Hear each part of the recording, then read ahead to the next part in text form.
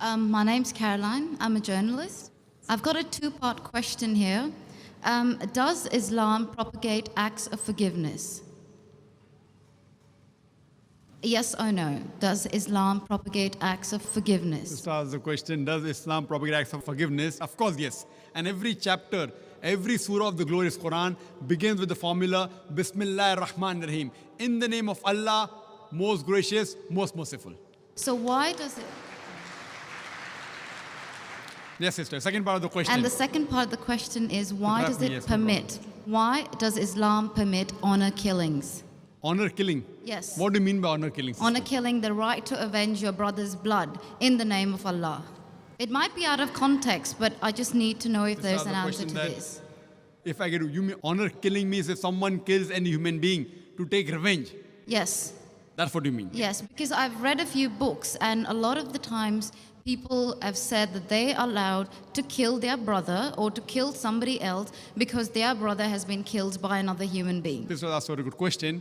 That if Islam propagates act of forgiveness, why does it permit honor killing? Yes. Why does it permit? That's a very good question.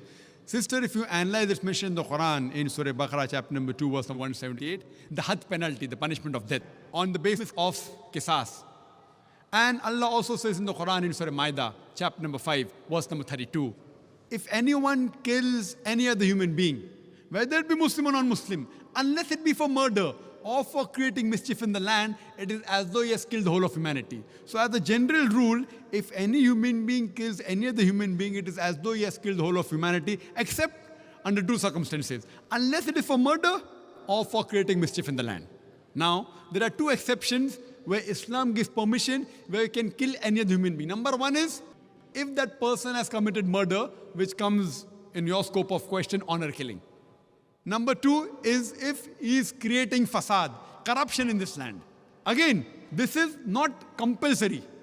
If someone kills someone, it's not compulsory he has to be killed. Islam also says that if the relatives of the person who has been killed, if they take blood money, if they forgive the killer, that person who has killed can be forgiven. But under normal circumstances, if he's killed someone and if I want death on that, because for death, again the punishment is death. Like as it's mentioned earlier in the early scriptures, even in the Bible, an eye for an eye and a tooth for a tooth. It keeps on continuing. Here what we realize, that suppose I know of a human being who's killing other people, innocent human being.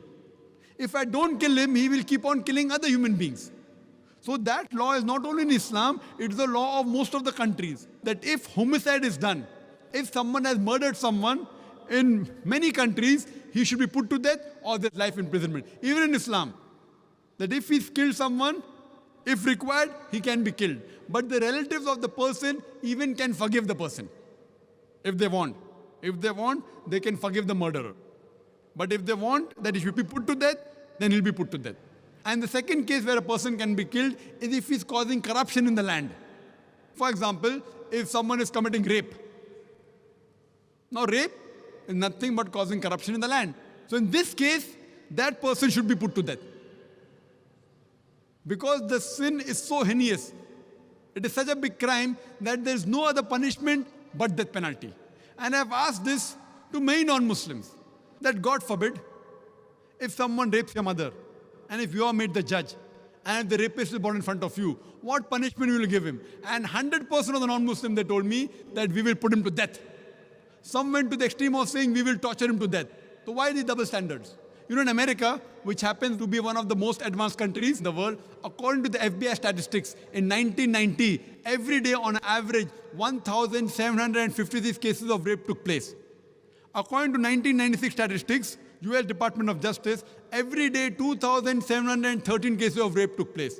1990, 1,756. 1996, 2,713. Maybe the Americans got more bold. That means every 32 seconds, one rape is taking place in America. We are here in this auditorium for the past about 3 hours. Already more than 300 rapes may have taken place in America. So Islam has a system of hijab, which I mentioned in my talk.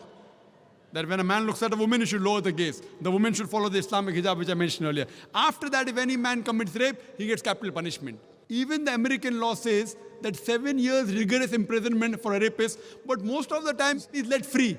So when you ask even a non-Muslim, what punishment will you give? 100% say we'll put him to death. There was one American who was a smart aleck. In America, he told me, Brother Zakir, first I will give him 5 years rigorous imprisonment. I told him, do you know, according to the Statutes of America, out of those that commit rape, after they imprison and after they're let free, more than 95% commit rape again. So if you want your daughter and your mother to be raped again, you're most welcome. I don't want that. So he said, if that's the case, in the first time itself, put him to death.